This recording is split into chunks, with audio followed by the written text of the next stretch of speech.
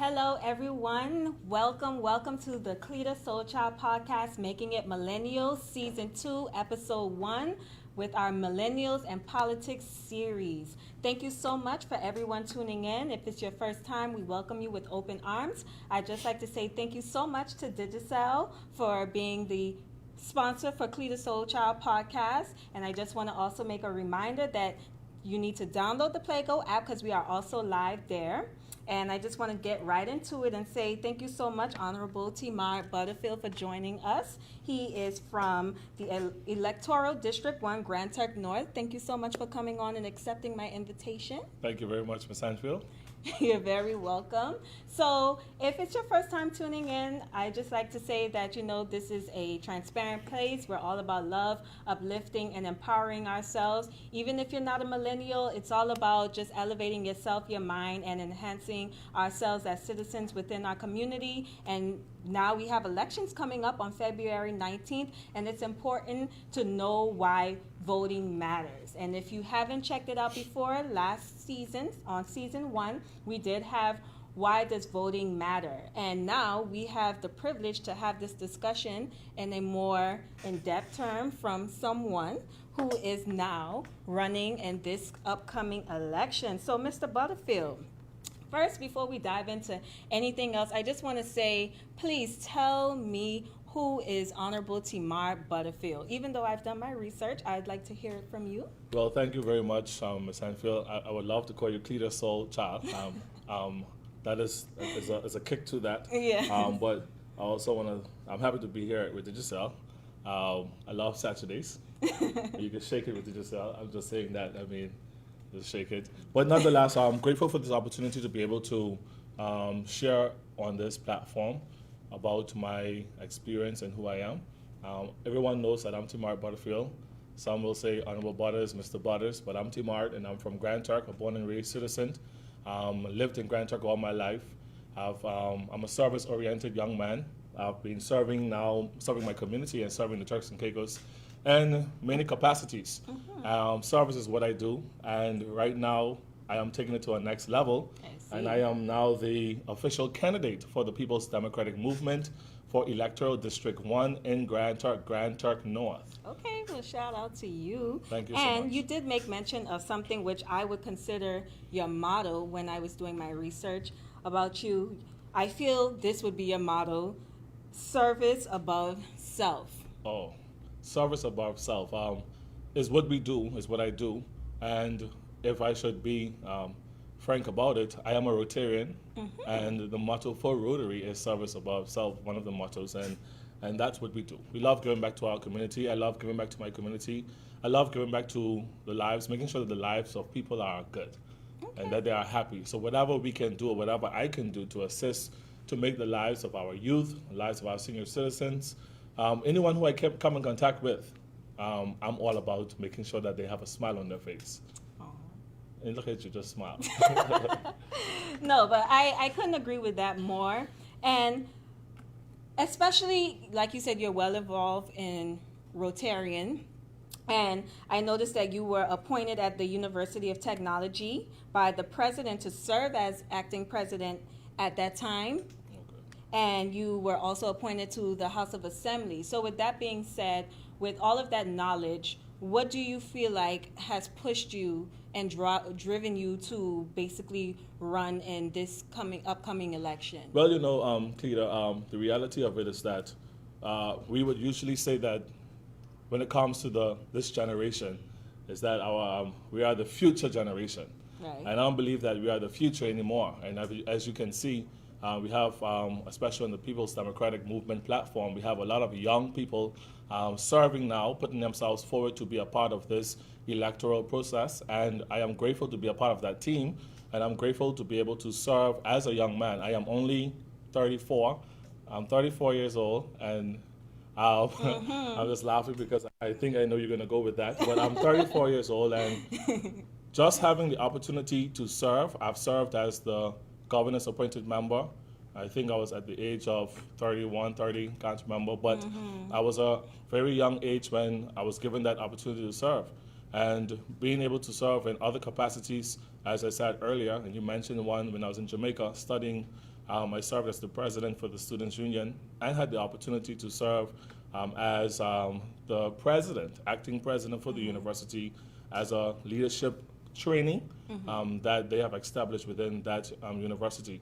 So the reason why I've decided to run, I believe that our youth, we need representation, continued representation, and there was a call, a clarion call from people around the community of Grand Turk, friends, senior citizens, wider community at large, that they needed a voice. And I've offered myself to be that voice of change, to represent the concerns and speak on the issues that are affecting our people, especially in Electoral District 1.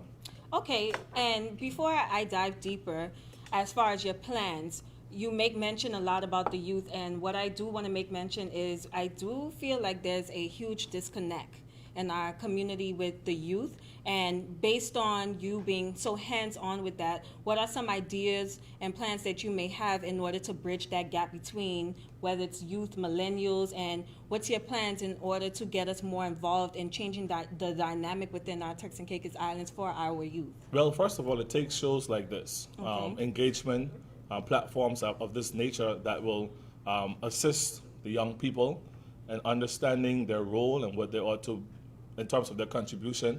Also, I had the privilege, and yes, it's about millennials. We have the Turks and Caicos Islands Youth Parliament, and I was given that task with a committee to re-establish the Turks and Caicos Youth Parliament. And then through those platforms, I believe we will encourage youth to share their ideas, share their concerns, share how they feel about what's happening in the Turks and Caicos. Right. And once we have those, we have given our young people these platforms, various platforms to speak up and speak out.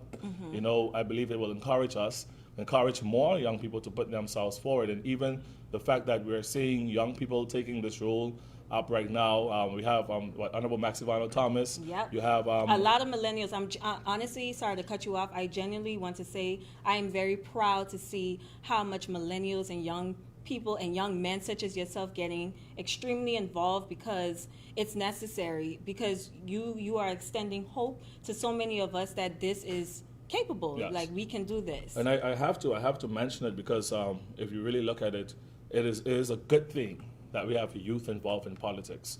And I was saying a while ago, we have myself, you have Maxivano Thomas, you have Robert Bean Jr., you have Audric Skippins. I think that is a good cohort of experience and youth on the platform for the People's Democratic Movement. And I'm sure, without a shadow of a doubt, that we will represent the concerns of the young people.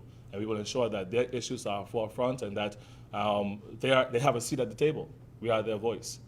Okay, so let's dive deeper now. I would like for you, if you don't mind, to share what your agenda is to enhance and basically improve your district in Grand Turk. I'm not too familiar with Grand Turk, forgive me. I've only been about once or twice, and naturally it's a vacation spot for me. But you being born and raised there, living there, just give me an idea and an insight of what it means to live in Grand Turk, be raised there, and now representing it. What change would you like to see for your district? I mean, living in Grand Turk, as you said, it is a vacation spot for you, and I'm glad that you said that. So if you're planning on looking for a spot to vacation, of course, Grand Turk is the place.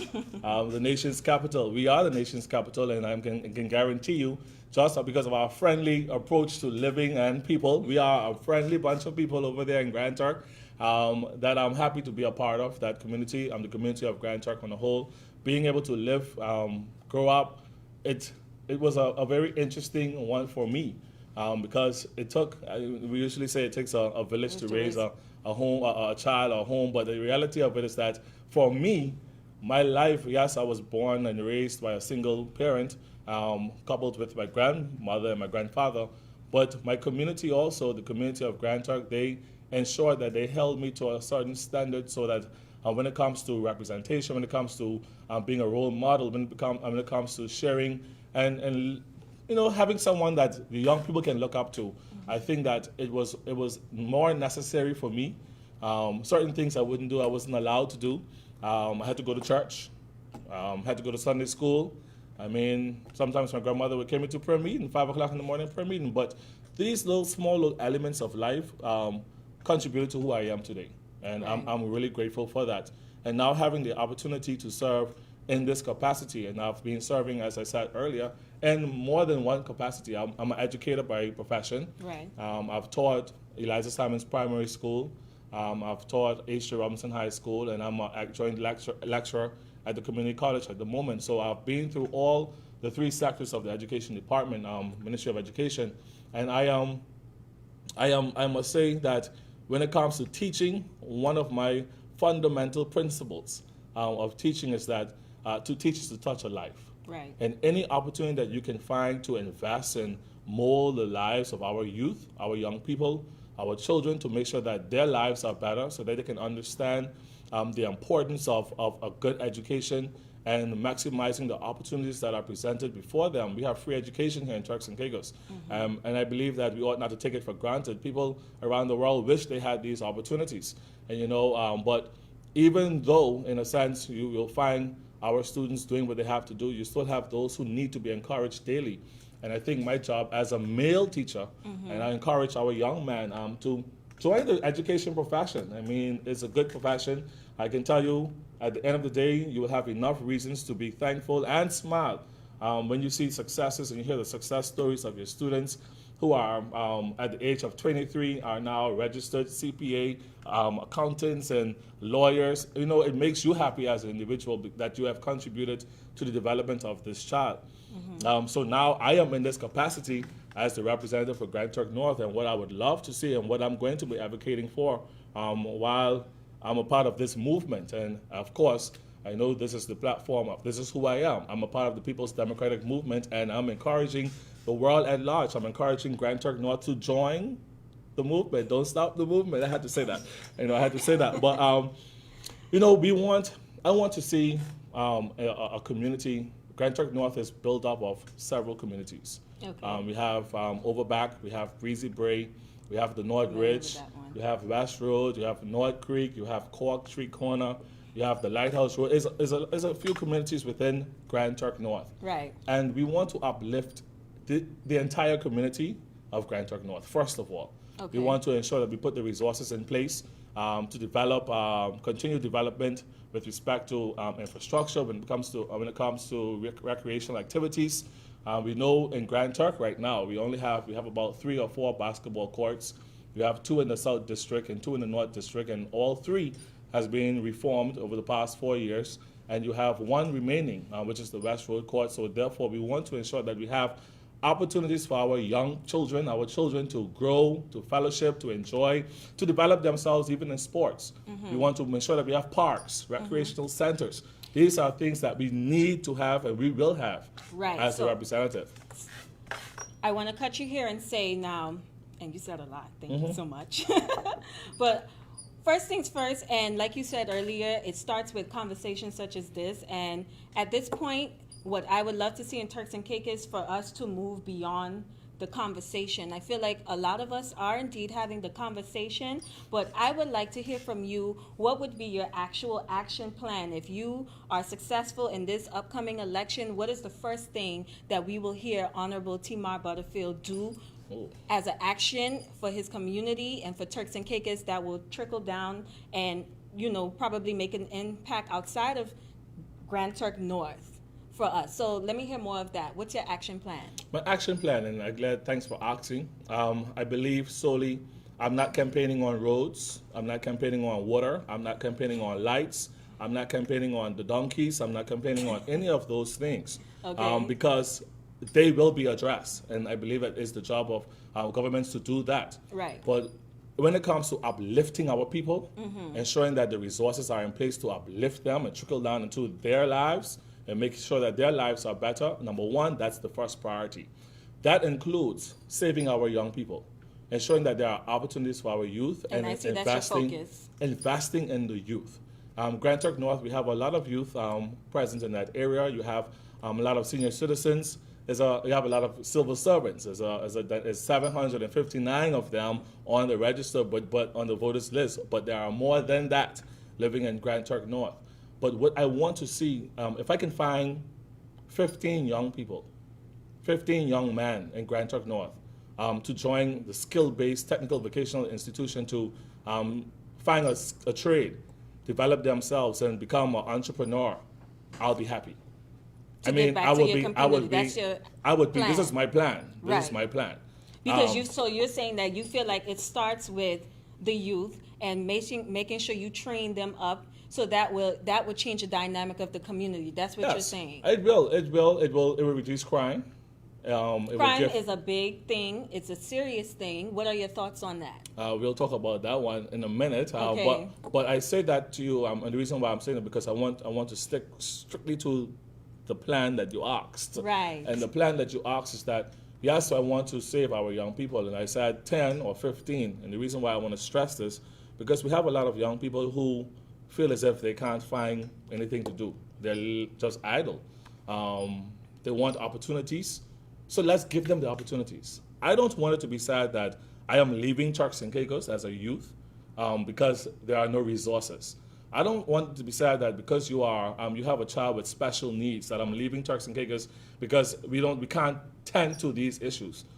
All of these small little nitty-gritties, I believe in addressing, and I believe that overall it will help when it comes to the upliftment of our people and the development of our island. So therefore, we won't worry about crime. And I can only speak that, yes, we know crime has been increasing over the past couple of years or years, and we have seen a lot of deaths happening, especially in Grand Turk and in Grand Turk North. But the reality of it is that we can save our young people by giving them opportunities to grow, to develop themselves. I am a technical vocational education trainer, so you'll hear me speaking about that a lot. That's my passion. Okay. I believe that the world has changed. Yes, it has. Academics is there, it's still there. Yes, get your degrees, but let's develop our skill base. Let's get a cohort of plumbers, mechanics, auto mechanics, AC. Let's take it to a different level. Let's not manipulate, wrong words, but let's take over the tourism industry. Money is there, but we have to expose our youth to that and expose it to those opportunities. And do you feel that the People's Democratic Movement has done a good job at that in the last 4 years? I believe so. Wholeheartedly. And if you check our manifesto and our theme for this year, moving forward, is uplifting our people. We have done an excellent job when it comes to infrastructure. We have done an excellent job in managing these devastations that we were impacted by, 2 hurricanes and a pandemic. But yet God has been good. Amen. God has been good. Amen. Well, thank you so much for that. I just want to tune back in and say to the viewers in the comments, if you do have any questions, comments, or concern, we'll take a few questions towards the end of Mr. Honorable Butterfield's conversation. So I just wanted to put that out there. Haven't had a chance to tune into the comments as yet, but thank you so much for tuning in if you're just joining. This is Cleta Soul Child Podcast, Making It Millennial, Millennials in Politics series, and right now we have the Honorable Temard Butterfield here. Thank you so much for your time and everything that you've said thus far. Thank you. So going back to what you were saying, so let's now discuss the crime, because that is a serious thing here in the Turks and Caicos Islands. And as you said, it's happening in Grand Turk, and it's definitely happening here in Providenciales. Yes.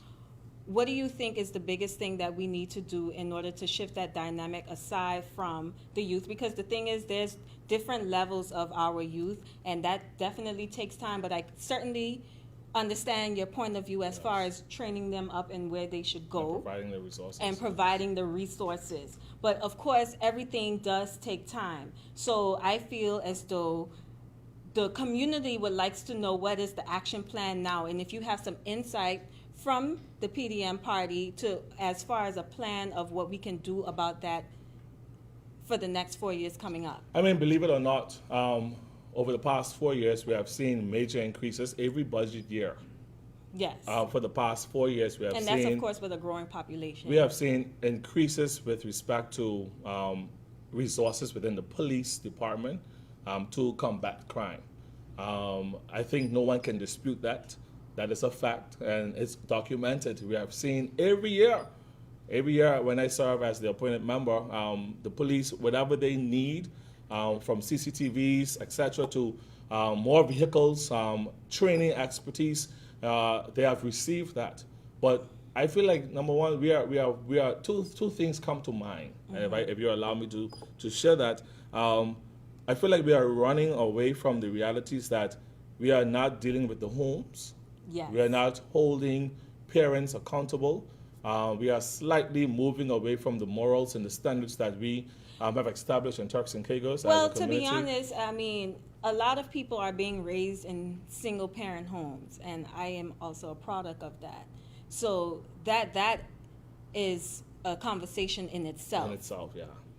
But you know, I would say this, and while I understand the whole dynamics of a single parent home, you know, and the lack of resources in some cases for other people and struggling, etc. But you don't have to stay where you're at. Right. You know, I've heard so many success stories. I'm a product of a single parent. My mom wasn't working a big job.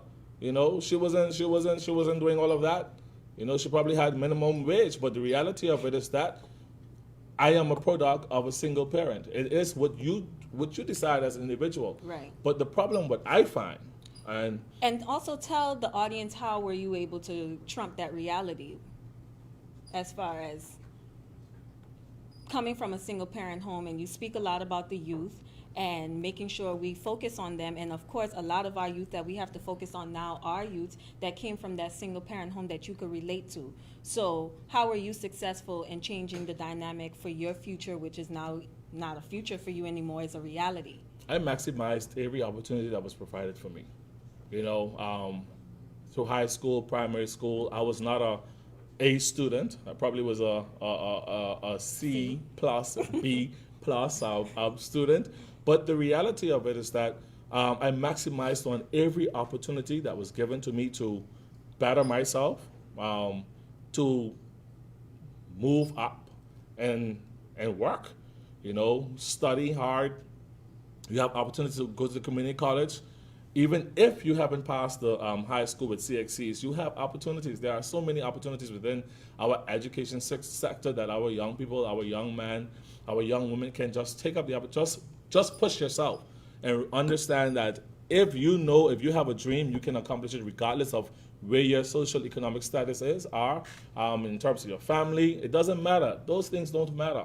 You know, I don't believe in sitting in poverty. I don't believe in holding down and bragging about being poor. You know, you can get out of that state, you know, by just making a step. Even if it's a small step, let's do it. You know, I want to see our young people to do more, especially those who feel as if there is no hope. There is hope. You know, and it's my job to ensure you that you can direct you to the resources and also encourage you and be that voice so that you can understand what it is that you can do and how you can do it. Okay. You know? So I have another question for you as far as your time in the House of Assembly. What's one of the biggest things that you've learned being there and the most impact you've probably made? I think for myself, being a young man, appointed to the House of Assembly in the capacity in which I was, and I'm grateful for that opportunity in the 4 years that I've served. I'm also grateful that the House of Assembly provided me with academic training. Oh, did they? Yeah, In what? they did. They sent me off to McGill University for a year. Is that in Canada? Canada. Okay, yes. To do parliamentary governance and just to understand the basics of democracy and how parliament works and the various roles that we are in and the importance of connecting with the people and representing the people and understanding that this is the people's house and the fundamental principles about what politics is. So I'm grateful for that opportunity. But anytime I speak, anytime I've shared in the House of Assembly, whether it be through the various bills, legislations that were passed, or even 2-minute speeches, our youth, our senior citizens, our civil servants, our teachers, education system, they were my priorities. Okay. And I've been speaking about them all my life. And if you check my resume, I've served as the vice president for the civil service for a short period of time before I was appointed. But those were my areas of impact. Every legislation that empowered our people and uplifted our people, I supported. Okay. Wholeheartedly. I had no issues with that. Can you give us an example of one, just in case there are persons who aren't aware? So there are so many policies. One, when it comes to social services, we have had a lot of policies, and especially when it comes to the appropriations committee, sitting on the appropriations committee, I've realized and the need for more. And anytime a bill comes in that speaks to the social services of our people and helping our people, whether it become our senior citizens, as I said before, if it became an issue with respect to technical vocational education, when we talk about the legislations for them, legislations when it comes to just the overall development, I supported them. Okay, awesome. Sounds like a lot of work. And 418 pieces of legislation passed through the House of Assembly. Well, obviously, you knowing the numbers mean you've been doing your due diligence and doing your part. And thank you so much for your time in the House of Assembly and representing. So before we jump into the comments and questions, we'll probably take about 4 or 5. So forgive us if we questions from the audience. Yes. So forgive me if I don't catch everything, however, line yourselves. But the last question that I want to say to you before we jump into that is, a year from February 19, 2021, so saying February 19, 2022, what does that look like for you in the event that you are appointed and you are represented and elected for your district? What does it look for me? What does it look like for you in the Turks and Caicos? In the Turks and Caicos. I love that question. Thank you. The People's Democratic Movement will return to power in the upcoming election on February 19th. This is my job, as I believe it wholeheartedly. I'm part of a great team, a great leader. Our manifesto, as you have seen, or perhaps you haven't. Yes, I have seen it. It speaks directly to the needs of our people and uplifting and moving our country forward in the next 4 years. If you look at the history of Grand Turk North hasn't received representation, and we haven't seen much resources being invested in that area for a long period of time. Okay. And I can go back to days and years and months and history. We don't want to speak facts, but it is what it is. If you look at it and you try to figure out what has been done, I mean, we have done a lot for the 4 years as the People's Democratic Movement, and from infrastructure, from the development of our recreational centers, and even though some will say, oh, the Crabtree Corner has not started this yet, but even if, so I'm not familiar, so what is a Crabtree Corner? Oh, the Crabtree Corner is tell me about these things. The Crabtree Corner is a recreational area within Grand Turk North. Okay. That it's on its way. It's on the way. It's already signed, sealed, and delivered. Okay. It's going to happen. Bass Road Park will happen. My job now as the representative of Grand Turk North is to ensure that every community, every person, I can't address all the issues at time. Right. But at the end of the day, our people's lives will be better. It will be enhanced. The area will be enhanced. Investment will be made. And I can guarantee you when I win on February 19th. When you win. Ain't no doubts about it. So you confident? Ain't no doubts about it. I don't understand the question. There's no doubts. When I win on February 19th, the work will continue, the work will start, and we will see major investments from housing development within Grand Turk North, within Grand Turk. And listen, I'm not only, I'm the representative for Grand Turk North, but I'm the representative of our people. Amen. And that's what I do. Well, I wish you all the best. All right, so we're about to dive into the comments now. Earlier, you made a statement, so we can loosen up a bit, because it got serious in here. It did. Okay. You did say 25 days. You're 34 years old, and you got nothing but time. So there's the Honorable Temard Butterfield. Valentine's Day is how many days away? So do you have a lady in your life, a special lady? I didn't know this was a part of the platform. At the moment, I am a single bachelor. Oh, a bachelor, ladies. Let's continue. All right, let's jump into the comments. Oh, you're something else, Cleta. Come on, this is me. If you know me, I'm full of personality. I think you'll have a show coming up soon for Valentine's Day. I was not made aware of that. I will Okay. be busy on Valentine's Day. Oh, okay. I was about to ask, are you? Oh, you can't answer that Yeah, question. no, it's not about me today. It's about you. It's about you. So let's dive into these comments, viewers. If you'd like to ask a question, I'll just ask the questions as it comes up on the feed. So feel free to share your thoughts and comments.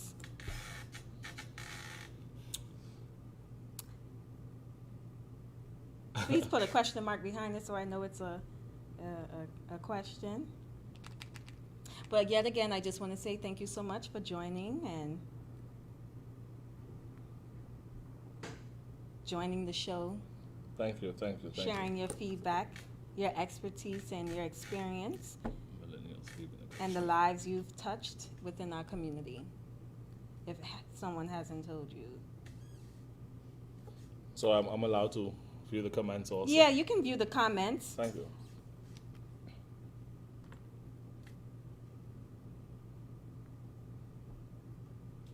I think my feed is coming in slower.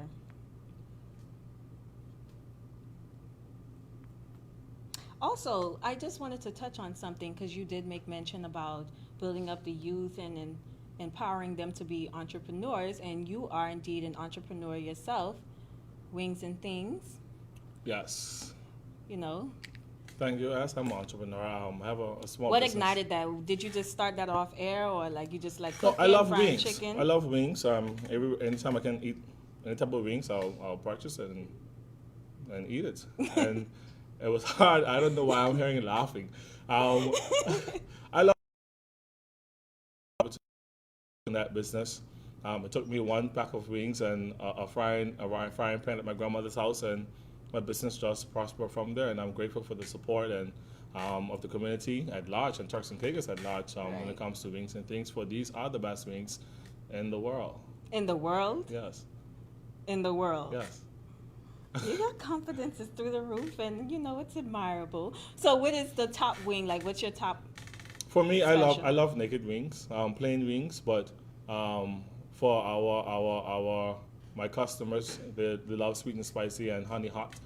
They are the two sellers, but we have about 12 flavors, and yeah. Okay. So, I would just assume the viewers don't have any comments or anything that they want to share.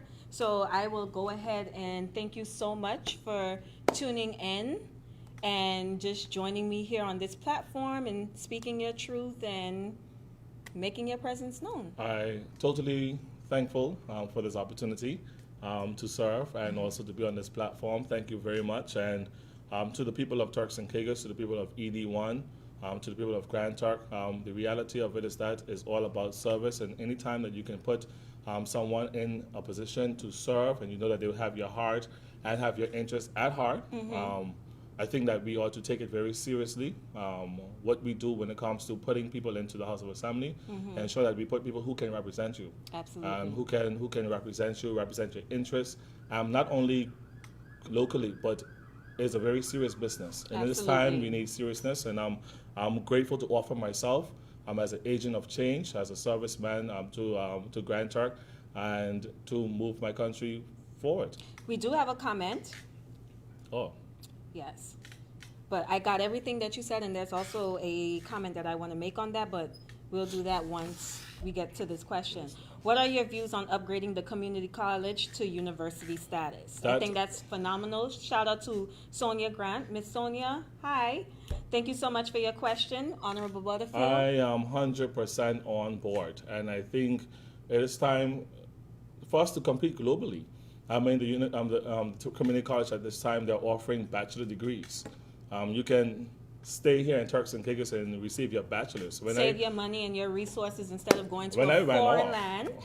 Yeah, when I ran off, I wish I could have done my teaching degree here at the community college.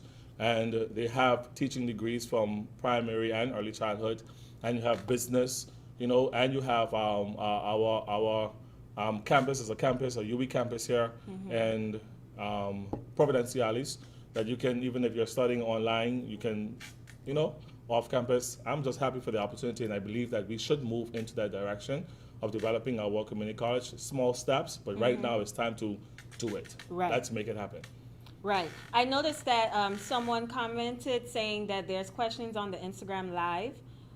If you could forward your questions over here to Facebook So I feed, will know. but if I missed it, forgive me. But yes, I was taking questions from the Facebook feed. Yeah. But thank you so much to Ms. Sonia Grant for that question. And as reference to your closing, because it's time for Honorable Butterfield to move forward, thank you so much, as you said. And there was a point that you made about it. We have to make the impact within our community, and it Yes. takes us. And I do strongly feel that the atmosphere is changing for us when it comes to the political arena and Yes. Turks and Caicos. Naturally, a lot of us complain and say, so and so ain't voting because they mommy told them so. But millennials especially, no disrespect to any other baby boomers or Gen Zs or whomever else, we think for ourselves. Yes. We're growing up in the technology age, and we just want to see, aside from who is who, are you really bringing quality to Yeah. our political arena to enhance and push our country forward? And thank you so much for addressing your points, and thank you. Thank you so much. And service will continue. And I will continue Absolutely. to serve my community. Thank you so much. Yes, your All right. service model. So, guys, we're going on a quick commercial break. We'll have Kyle Knowles joining me shortly. Thank you so much for tuning in. Don't go anywhere. Just watch our Digicel sponsorship clips, and we'll be right back. Thank you.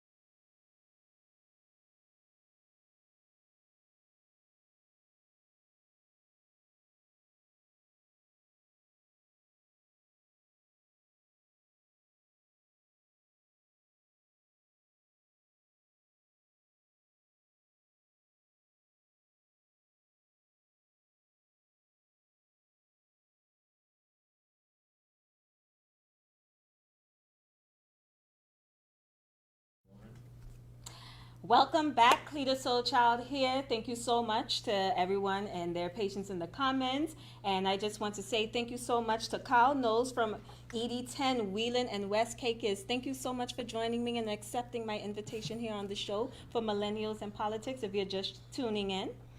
Thank you for having me. It's my pleasure. So, Kyle, I want to jump and dive in and say, who is Kyle Knowles? Well, I would say Kyle Knowles is a young Turks and Caicos Islander who has had an opportunity to experience the true essence of Turks and Caicos. And at this stage in my life, being a young man, a family man, a God-fearing man, wanting an opportunity or vying for an opportunity to really give back and serve my community, I think that covers me, as briefly as as possible. Yes. Well, thank you so much for that. I do. Because I did my research, of course, Okay. and I do note here that you formerly served at the facilities as a facilities manager with the TCI Sports Commission, and you're now currently the president of the Rotary Club of Providenciales. So I just want to say hats off to you, Thank you. with that, and tell me more about that and the impact that you've made within our community through those forums. Well, I would say what the Rotary Club has done for me has really brought some structure to my life. Being able to work with persons who have gone through various life experiences, being businessmen and businesswomen from various walks of life, and looking at them and seeing the humanitarianism in them, deep inside of them, and wanting to genuinely give back to their community, because our focus is really to help others. Of course, our motto is service above self. Being a part of the Rotary Club for the last 6 years, has really helped to shape me and bring me more in tune to what the needs of my community are.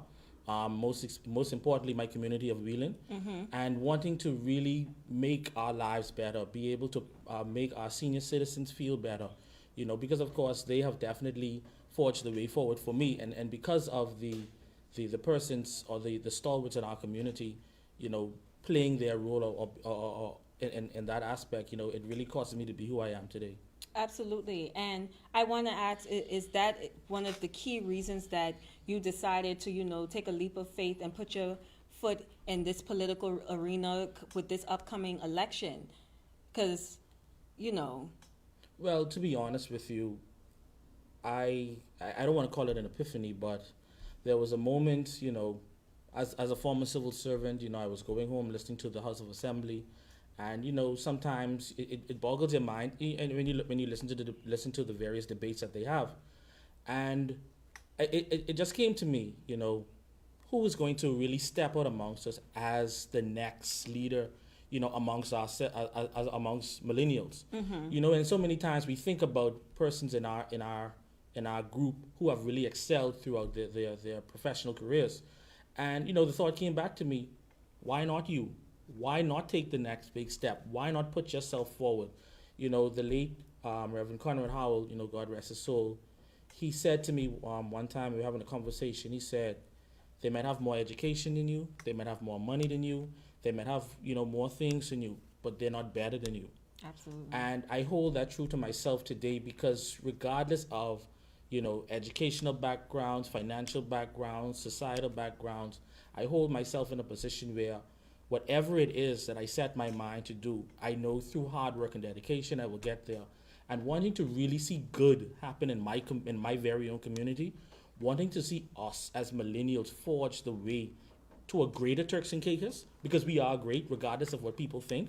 That is one of the main things that has really driven me at this point to want to step into the political arena, because sometimes depending on where we are, it doesn't. The impact won't be as great as you would need it to be. Right. And looking at the dynamics and the dynamics of millennials, we are very progressive. Yes. We are very progressive. So active, not passive. Yes. Is that the saying? I hope I said that right. So in being progressive, there are things that has to happen for us Right. at a more rapid pace. So you will need, because the world is moving rapidly. exactly. And even amidst a pandemic, we have seen the world still move at an even more so rapid pace, because it's become more reliant on the technology that we have. So in saying that, we need a government, or we need to have young leaders in the position of our government to forge ways forward so that when we are ready, and we are ready now, that the right policies are in place and the right processes are in place so that nothing can hinder our progress. Great. Great. Sounds good. And I do notice that you volunteered for the Junior Achievers. And tell me, what do you think is the gap between us and our youth?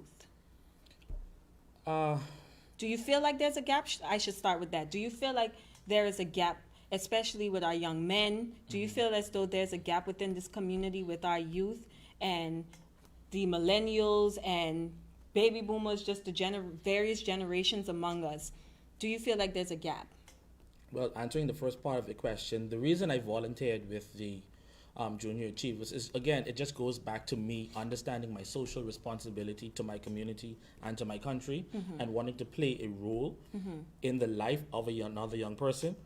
I would say yes, there is a gap, because what we will find now is that we have younger parents, we have the single parent home, be it single mother or single father, more prevalent today. So the kind of support that is needed isn't there. So this is, in my thinking, this is my way of lending or providing some support. I believe that, especially with our young men, what this experience canvassing at this time has done for me has shined more light. It's been able to shine more light on the various disparities we have in our community. Our young men only want an opportunity. Right, a chance. Our young men only want to be heard. And I can tell you, if we stop allowing society to place this label on them and have a genuine heart-to-heart conversation with a number of these young men, they come from broken homes. Coming from broken homes in our community is not an easy thing. A product of your environment. Exactly. So with that being the case, we have to find ways, and we have to implement the necessary entities or processes to make sure that they have opportunities, they're treated fairly, they're given the opportunities that they want. We provide them with the tools needed to actually become law-abiding citizens. Because our society can be very cruel. Right. And in a heartbeat, they can end up in the hands of the law, and we know what happens after that. So definitely we have a role to play, and putting myself forward and vying for the seat in ED10 to be the next representative of Wheeling. I take it on with the most humility, understanding that we do have a very diverse community in our constituency now, more so than ever. Of course. And we have men and women from various walks of life who only want an opportunity to sit and talk with someone who understands them. And once you break down that barrier and have that level of conversation with them, it's definitely jaw-dropping to see what can come out of that communication. Right. And I like the point that you made of people just want to be heard. And I feel like a lot of the times the disconnect can sometimes be, for instance, let's just speak hypothetically. You are elected, you are currently with the PNP party, and at some point in time before you were elected, I can just simply call you, and then now, once you are elected, you are just completely unreachable. And I feel like that's what a lot of the issue is here. We typically forget who appoints people into their role. And with that being said, with this election now, what opportunities have you allowed or presented for your people to have the opportunity to speak to you directly about their concerns, especially in your constituency? Well, it's so funny that you asked that question. One of the things that for me is a focal point of me taking office, or one of the things that I would like to implement from day one is the establishment of a constituency office. Right. Because understanding two things: yes, people want to have access to you, but it has to be structured. They have my number already. Right. I live in my community. Right. They could just knock up. I live in my community, so I am abreast of a number of the situations and concerns. I am a part of my community association, so I am a part of many things in my very own community. So for me, what that does is it allows me to address things from a proactive approach, but still having the implementation of that constituency office is to really make sure that there's a physical presence for their representative in their constituency, and to have it operational. So even when I have to go to the House of Assembly, there'll still be someone to really take their concerns, note their issues, so that once I return, I can have dialogue with them. And I think what that will do, it will really open up the lines of communication and break down so many of the stigma of, oh, you're not answering your phone, or I can't see you, or you're not answering me. You know, I really think that having that is the beginning of the change of representation, is the beginning of the change of how the people and their voices are going to be heard. And I want to be that the leader or the change agent in that aspect. Okay. And what is the Progressive Nationals Party's plan to back you, and just on a whole, what is their plan in ensuring that in the event PNP is elected and wins this election coming up, what is the plan that you all have in order for us to trust that things will be handled and addressed accordingly for the next 4 years? Well, that really boils down to constituency representatives having more transparent lines of communication with the electorate. All right, I think, you know, a prime example, you know, Honorable Akira Mizik. You know, I've watched this young lady, our former deputy premier, you know, answer everyone in such a timely manner, even being, you know, as busy as she is, and I am in awe when I see that happen. So I try to replicate that same intuitive, you know, attitude. And I think, you know, just making sure that whatever it is, whatever the lines of communication is, whatever structure has to be set up, whatever permanent fixture has to be set up for, you know, that the change in the way we communicate with our constituents happens. I believe that will be the way forward. Okay, awesome. And as a millennial, what are you bringing to this government that is different from the norm? Wow. I believe that I bring my youthfulness. I bring my open-minded approach to things. I bring with me a very humble demeanor, but a very proactive approach to dealing with situations. I bring with me, you know, things that we wouldn't normally see in our current representation. Okay. And that has, to me, that is what the change that I'm talking about is all about. You know, persons want to be able to have a conversation with their representative. Of course. You know, they want to be able to approach their representative. You know, and we hear so many stories, especially in my constituency, we hear so many stories. And right now, you know, just building a rapport with my constituents and just showing them that, hey, I am here to do business differently. You know, they are open to that. You know, speaking to a few of the senior citizens, you know, a lady, she jokingly said, my goodness, you can kill me with kindness. And I said, this is what I'm about. You know, I am about making sure that we are well taken care of. And for Wheeling, I can tell you, being a resident of Wheeling, we have been left out for far too long. You know, and it is high time we have our fair share of whatever our country and our government is offering to make sure that the lives of the people of our constituency are bettered, you know.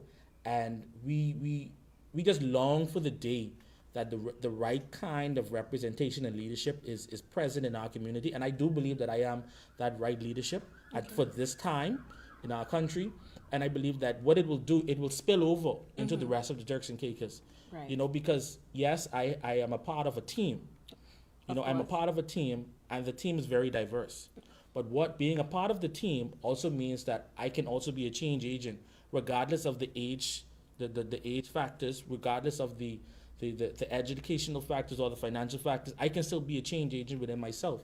So I am not here just to sit and be a fixture for numbers' sake. I am here to really represent our true interests as millennials, and even for some Gen Z. Of course. You know, because they're totally different from us as millennials. Yeah, you know? It's a huge gap. Trust me, like sometimes I feel like a dinosaur when I hear them start. I'm like, oh my goodness. I feel like an old soul. So sometimes, although I'm a millennial, There's days that I don't even relate to being a millennial sometimes. You know- There's a big gap. And it's funny that you say it may be slightly off topic, but there's something that you say with the different age gaps. Why do you think it's that for us? Do you think it's because millennials have there hasn't been much millennials to represent in both political parties, and probably this is why the dynamic is so different for us? What is your opinion on that?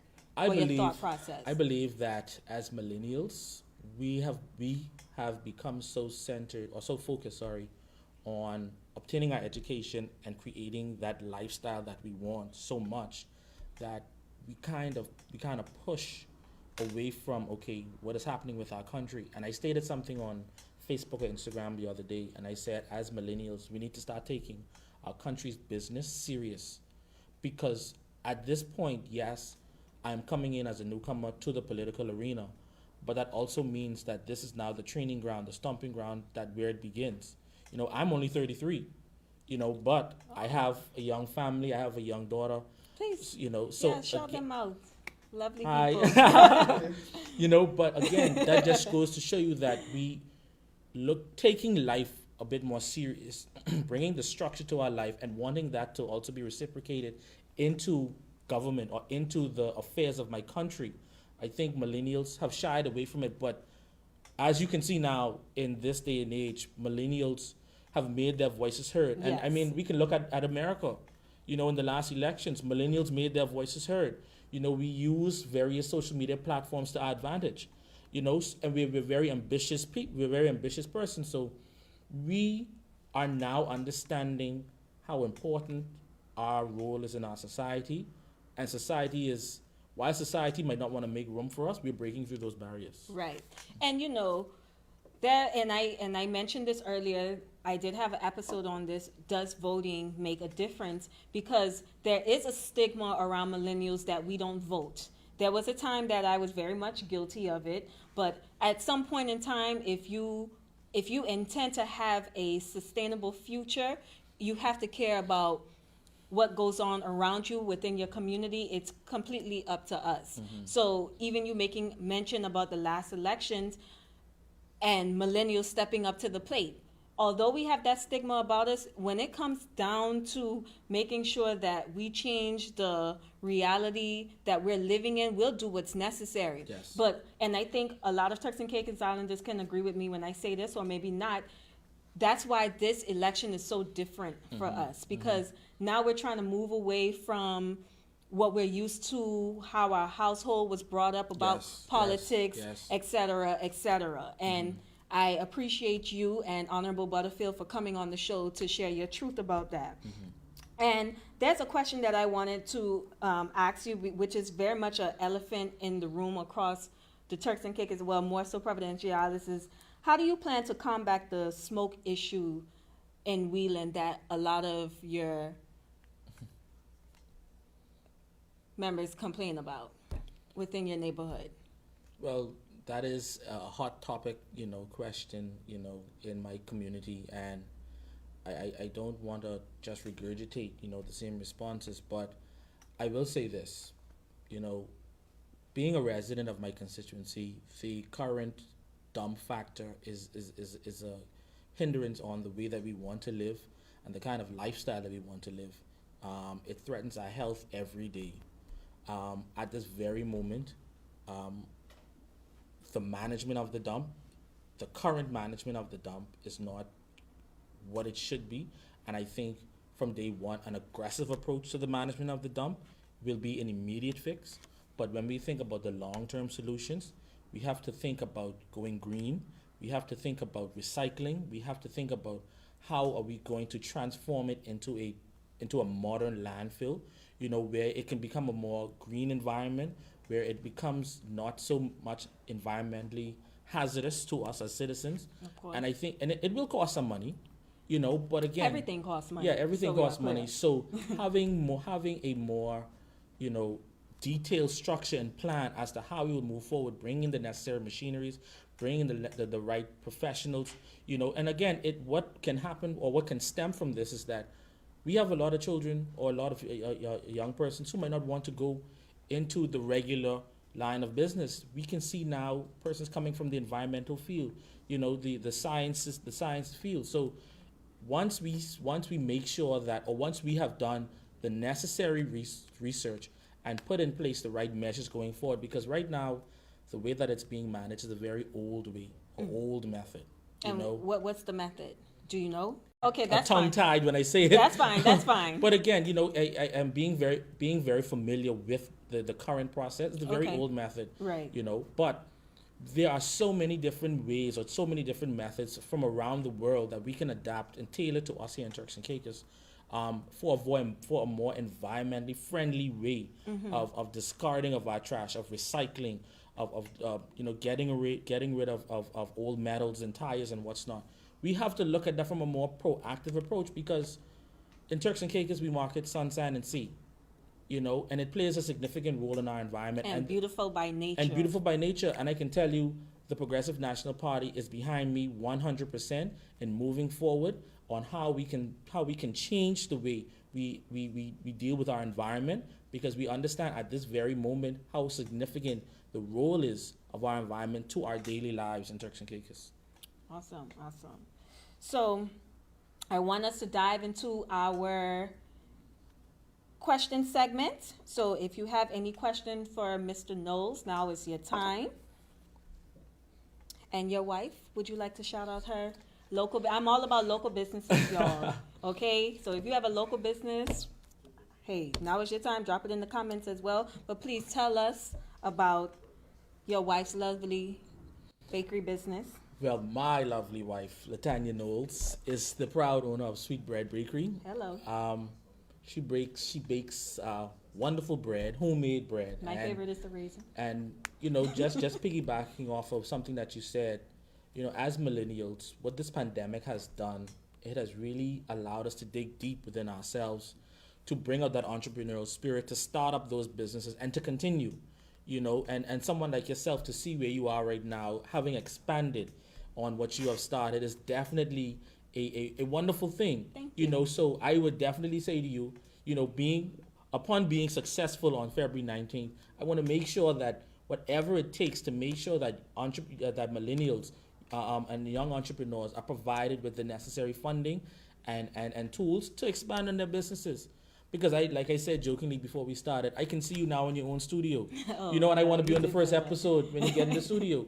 So yes, manifesting it, affirming it. But again, kudos to all of those young entrepreneurs out there who are doing their thing, while amidst the pandemic, fighting every day to get a fair share in our country. I can tell you that the Progressive National Party will make sure that your life is a whole lot easier at the end of the day. All right, thanks for that. We have a question from Ms. Sheba Wilson. What can we do to support families to empower them and change the mindset of poverty? That is a great question. I feel like I may even have my own answer for that, but go ahead. Wow. Some may say poverty is a mindset. Some may say, persons might have their own beliefs on what poverty is. For me, I think when we look at what happens in poverty, there are persons who are not so much educated. So I think from an educational standpoint, it all boils down to that. If we start to educate our citizens, and I don't want to say this, even making sure that they have a secondary education, that in itself can really help their life be a whole lot better. But more so, making sure they have tertiary education, and that and in that, helping shape the country. I believe that, we have persons who might not be so much academically inclined. So we need to make sure that the necessary resources are in place for them to have trades and to be able to tap into their skill sets. And of course, we just need to, we reference the saying, it takes a village. Right. I believe that is still prevalent today, right? And I think that if we were to do a little more of that, helping out one another when we see our neighbor in need, those are the small things that we can do to help shape or reshape the minds of a number of us. I can tell you, canvassing and what's not, we have definitely seen some situations that are not, they're real tear jerkers, and it is my aim and my objective, and even more so my commitment, to see how best we can bring about the change in the lives of our people. Right. But I believe that it starts with education. Right. And I know this is about you, but I can't help but to give my answer as well. I also want to say, on top of education, I know we're all different learners, but we're in a serious technology age right now where we have podcasts. We have Cleta Soul Child podcast, making it Millennial, which you can also find on the Go Loud app. Just want to throw that in there. And at the end of the day, it takes, like you said, a village. Parents, advancing yourself. It's a little hypocritical to be in a household beating into your child's head, read your books, study. You got to make sure you go to school and get an education. And, you know, all they grow up and get to learn and see is you just constantly going to work for $1 every day. You know, pick up some courses yourselves. So everything is a domino effect, but use your resources. There's the internet. There's, you know, these days, there's some people that actually want to pick up the book and feel the creases of the pages. And then you have me that loves the Kindle app. I am a Kindle reader. I don't waste my time purchasing physical copies of books. So it definitely goes a long way, but it's up to you. So the next question is, from Sonia Grant, how would you develop the beaches in Wheeling? Forgive me. I'll repeat. How would you develop the beaches in Wheeling? Well, one of the things that has happened or not happened in Wheeling is that there hasn't been enough of the tourism dollar that frequently comes into our country being transferred throughout the rest of the island. We've seen it going into Five Keys because they have their restaurants, like the Boogaloos, Omar's, and then of course when it gets into Blue Hills, it kind of stops by the conch shack. We do have Froggies, but there isn't enough to really bring that flow, that consistent flow. And I believe that we have young men and young women. I can just shout out Mr. T.J. Parker. He had his own beach stand in Wheeling, and things happened and it didn't really transpire. It wasn't able to really transpire what he wanted it to be, but I made a commitment to him that I would make sure that he gets back on the beach. So if we can start to see more structured restaurants and shops, and we have a lot of young men who are tour operators. If we can see that line or that faction of our tourism industry start to slowly develop, because we don't want to saturate it so much where it takes away the essence of the Wheeling people. Of course. But little craft shops and I just want to go out on a whim here. One of the things that I would like to do once successful is the implementation of a Wheeling fish fry. Okay, that's all right, because here you have it. On a Thursday evening, the tourists come, they go to the fish fry. Right. But not forgetting that the weekend is where our biggest haul of tourist guests come in. Right. So if a guest gets in on a Saturday at 1:00, they can go to a Wheeling fish fry on a Saturday at 3:00 for probably 2 hours. And of course, the fish fry will be run by Wheelanders. I think that is a great initiative. But one thing I do want to ask is, do you think the reason why Wheeling gets neglected in that capacity due to the crime issue that happens in that area? Well, again, if we are able to generate or provide the avenues for these young men and young women to become entrepreneurs, because they do have an entrepreneurial spirit. They only need the opportunities. So in doing that, we will definitely see a decrease in crime. Okay. We will definitely see them now being, business owners in their own community. To want to take it serious. Yeah, to want to take it serious. And they need that kind of leadership that's going to walk with them, even from a holding their hand standpoint, right, to make sure that it happens. But again, it's a community effort. We the police force definitely has their challenges, and and the community has to support them in that initiative, because we can put up cameras and patrols and have vehicles patrolling as much as we want.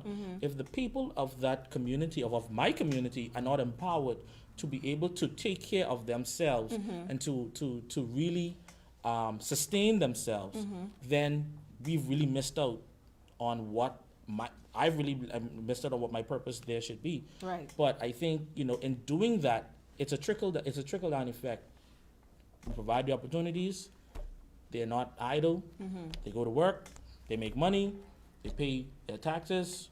Right. The country is better for it. Okay, awesome. So I'll take these last two questions, or one question. I have a question here. I'll take one more question after this. So if you have any other questions, now is your time. So Elliot Johnson says, what are your views on how human resource managers' employment and hiring practices of Turks Island people? I'll repeat this. What are your views on how human resource managers, I think that's what they said, employment and hiring practices of Turks Island people? I know that there is concern around the amount of work permit holders and expats in the workforce. Mm-hmm. I believe that we have to be a bit more, prudent in our approach. We have to look at we have to really examine it to see what's going on. Because for me to sit here now and give you a full-fledged solution, it would be remiss of me to do that. Mm-hmm. For me, I would definitely have to look at what that process is and do my research, and then be able to provide you with a better, better resolve to what can happen. What I can say, what I will say is that, our people should be given a fair opportunity to work, and not be shunned for it. I do think that for those young men though who do have criminal histories, they now have to be given opportunities, to get some work, because of course, and again, I think that the human resource managers in the various hotels or businesses, they're rational thinking individuals, so they can make the necessary judgment calls based on their autonomy to provide or to assist the local person when they do apply for a job. But again, I think that for me, I would say, I would definitely have to do my research in order to really give you a better answer to that question. Okay, that's fair. Last question. Caitlin Lewis, how would you encourage millennials/Gen Zs to return to the TCI? That's a great question. Shout out to Caitlin. It's twofold. One of the things that I've really heard on the campaign trail is that, especially from parents of young professionals or students abroad, is that when I come home, there's no work. When I come home, the cost of living is too high. When I come home, I have to settle for a job in a field that it has nothing to do with what I went to get my degree for. What I can say to that question is that with the help of my party, we are going to look at how we change the dynamics of how that process happens. On day one, we want to implement a Ministry of Education, Labor, and Employment Services, which will cause these departments to work harmoniously together so they speak to each other. Right. So the tracking that we talk about of, okay, John is coming home in a year and he wants to be a mechanic or let's say an engineer, and we have a work permit holder who is currently in that position. We can now say to that employer, hey, Johnny's coming home. He needs to start making preparations to train Johnny when he gets here, because Johnny has already done what we asked him to do on a government scholarship. So now he has to come and fill that spot. But of course, we just don't want to push him out. Of course not. We want to make sure that you get in and you fit that role. And again, that is how the process begins, but it has to start. Right. And I believe that, in the citizens contract that I have here with me, from the Progressive National Party. And where can this be found?